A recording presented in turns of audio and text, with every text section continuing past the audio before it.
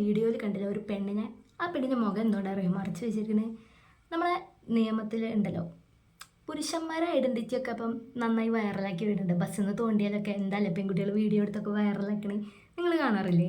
അപ്പം അതുപോലെ ഒരാൾ മരിച്ചിട്ടുകൊണ്ടിരുന്ന് സൂയിസൈഡൊക്കെ ചെയ്തിട്ടുണ്ട്. ഇങ്ങനെയൊരു കേസുണ്ട്. ആ പക്ഷെ നമ്മൾ പെൺകുട്ടികൾ ചെയ്യണത് ഈ വീഡിയോ ഒക്കെ വൈറലാക്കി കഴിഞ്ഞാൽ പെൺകുട്ടികൾക്ക് ഒരുപാട് വകുപ്പുകളുണ്ട്. ഈ ചെക്കന്മാരെ പൂട്ടാനും ഇനി വേറൊരു പെണ്ണ് ചെയ്താൽ അതിന് പൂട്ടാനും. അപ്പം അങ്ങനെ ഒരു വകുപ്പ് എനിക്ക് നേരെ വരാതാക്കാൻ വേണ്ടിയാണ് ഞാൻ അതിനെ ഹൈഡ് ചെയ്തത്. ഞങ്ങൾ ഇടിമുഴിക്കൽ നിന്ന് ബസ് കയറിയിട്ട് ഒരു സ്റ്റോപ്പൊക്കെ കഴിഞ്ഞപ്പോൾ ഇതേപോലെ കുറച്ച് സ്കൂൾ കുട്ടികൾ കയറി. യൂണിവേഴ്സിറ്റിയിൽ നിന്നാണ് തോന്നുന്നത്. അപ്പോൾ പിന്നെ അവരുണ്ടല്ലോ ഈ കയറിയപ്പം യൂണിവേഴ്സിറ്റിയിൽ കുറേ പേര് ഇറങ്ങിപ്പോയിട്ടുണ്ട്. ഈ സീനിയർ സിറ്റിസൺ എന്നുള്ള റിസർവേഷൻ അങ്ങനെയൊക്കെ കുറേ സീറ്റുകളുണ്ടല്ലോ ബസ്സിൽ. അപ്പോൾ അത് വാക്കൻ്റ് ആയി കിടന്നപ്പോൾ ആ കുട്ടി ഓക്കെ അവിടെ ഇരുന്ന് കുഴപ്പമില്ല, വാക്കൻ്റ് ആയിരിക്കുമ്പോൾ നമുക്ക് സീറ്റിലേക്കുള്ള അവകാശം ഉണ്ടല്ലോ.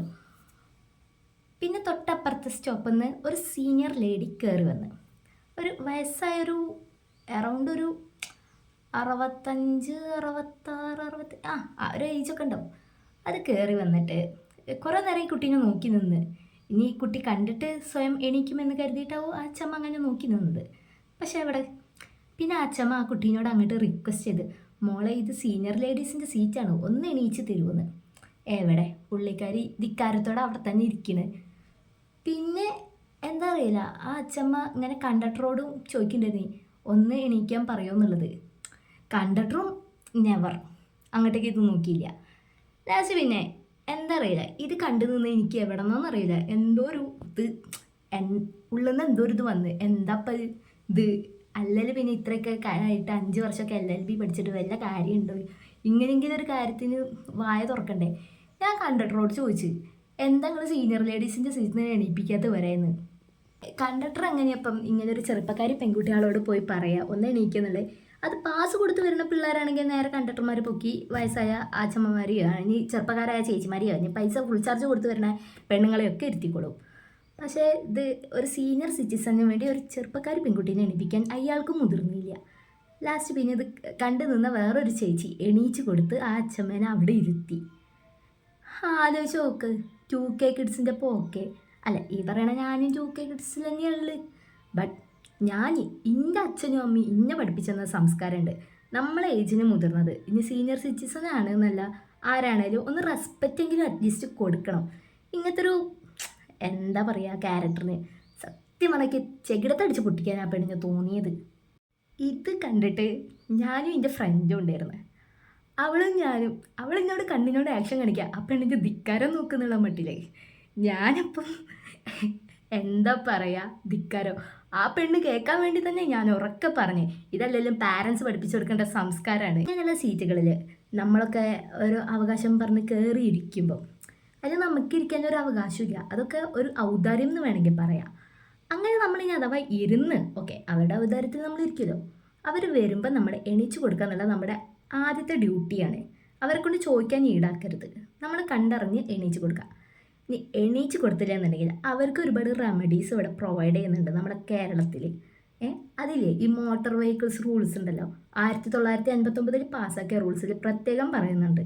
ഇനി നിങ്ങൾക്ക് അർഹതപ്പെട്ട റിസർവേഷൻ സീറ്റുകളിൽ വേറൊരാൾ വന്നു കഴിഞ്ഞാൽ നിങ്ങൾക്ക് ആ സീറ്റ് നേടിയെടുക്കാനുള്ള റൈറ്റ്സ് ഉണ്ട്. അതിൽ ഒരു റെമഡി എന്താണെന്ന് വെച്ചാൽ നിങ്ങൾക്ക് തന്നെ അയാളോട് ചോദിക്കാം അത് ഞങ്ങൾക്ക് റിസർവ്ഡ് ആയ സീറ്റാണ് മാറിത്തരണം എന്ന്.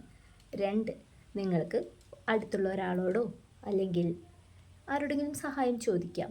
അപ്പം എന്തായാലും നിങ്ങളെ സപ്പോർട്ട് ചെയ്യാൻ കൂട്ടത്തിൽ ഒരാളെങ്കിലും ഉണ്ടാവും. ഇന്നിപ്പം ഞാൻ സപ്പോർട്ട് ചെയ്ത മാതിരി. 3 നിങ്ങൾക്ക് ആ ബസ് കണ്ടക്ടർ അടുത്ത് കംപ്ലയിൻറ്റ് ചെയ്യാം. ഇനി ബസ് കണ്ടക്ടറും കേൾക്കണില്ല എന്നുണ്ടെങ്കിലോ നിങ്ങൾക്ക് മോട്ടോർ വെഹിക്കിൾസ് ഡിപ്പാർട്ട്മെൻറ്റിനെ വിളിച്ച് കംപ്ലയിൻറ്റ് ചെയ്യാം. പിന്നെ എന്തായാലും ഇതിനൊരു സൊല്യൂഷൻ കണ്ടെത്തിയിരിക്കും. പിന്നെ ഈ ബസ്സിലെ കണ്ടക്ടർ ചേട്ടന്മാരോട് ഒരു പ്രത്യേക സ്നേഹം എന്താണെന്ന് വെച്ചാൽ ഈ ചേട്ടന്മാരുണ്ടല്ലോ ഈ പാസ് കൊടുത്ത് പോണ പിള്ളേരൊക്കെ എണീപ്പിച്ചിട്ട് ഈ ചെറുപ്പക്കാരികളായ പെൺകുട്ടികളുണ്ടല്ലോ അവരെത്തും. ചില ദിവസം കാണാം ഈ ആ ചെറുപ്പക്കാരിയായ പെൺകുട്ടികൾ ഫുൾ ചാർജ് കൊടുക്കുന്നതില്ല, പാസ് കൊടുത്തവർ തന്നെ ആയിക്കോട്ടെ എന്നാലും ഇരുത്തും. ചിലപ്പോൾ ചില ചേട്ടന്മാരൊക്കെ കാണാൻ എന്നെ ഇതുപോലെ ബസ്സിലൊക്കെ ഇരുത്താറുണ്ട്. എന്താ സ്നേഹിക്കണം, നമ്മളൊക്കെ മണ്ണിൽ ജനിക്കുന്നത് സ്നേഹിക്കാൻ തന്നെയല്ലേ. ആ ചേട്ടന്മാരുടെ സ്നേഹത്തിനോട് ഒരു പ്രത്യേക നന്ദിയുണ്ട്. സ്നേഹിക്കണം വേണ്ടേ. പിന്നെ ഇതങ്ങനെ ഒരു റീച്ചിന് വേണ്ടി ഞാൻ ഇടുന്ന വീഡിയോ അല്ല, കാരണം ഞാൻ ഇന്ന് വരെ അങ്ങനത്തെ ഒരു വീഡിയോസ് ഇട്ടിട്ടില്ല ഇങ്ങനെ ഒരു എക്സ്പീരിയൻസ് വെച്ചിട്ട്. പിന്നെ നിങ്ങൾ ലൈക്ക് ഇട്ടാലും എനിക്ക് കുഴപ്പമില്ല, കമൻറ്റ് ഇട്ടാലും കുഴപ്പമില്ല, ഇനി ഒന്നും ഇട്ടില്ലെങ്കിലും കുഴപ്പമില്ല. പക്ഷേ ഇത് ഞാൻ ഇട്ടത് എൻ്റെ ലൈഫിൽ എനിക്കൊന്ന് ഞാൻ ചെയ്തതിൽ വെച്ച് കുറച്ച് എക്സ്ട്രാ ഓർഡിനറി എനിക്ക് തോന്നിയതാണ്. കാരണം ഒന്നും ചെയ്തു ഞാൻ ആ കണ്ടക്ടറോട് പറഞ്ഞിട്ട് അങ്ങനെ ഒരു സീൻ ക്രിയേറ്റ് എടുത്തുകൊണ്ട് അപ്പുറത്തുള്ള ചേച്ചി എണീച്ച് കൊടുത്ത്. ഒരാളെങ്കിലും അവിടെ ചോദിക്കാൻ മുതിർന്നുണ്ട്.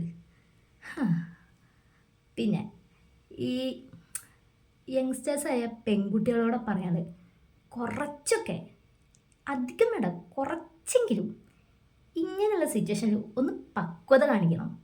അല്ലാതെ ഒരുമാതിരി ധിക്കാരത്തോടെ മൈൻഡ് ചെയ്യാതെ സീനിയർ സിറ്റിസൺസ്, ഇതൊക്കെ പാരൻസിനെ വേണം പറയാൻ, നിങ്ങളൊക്കെ പഠിപ്പിച്ചു വിടുന്നത്.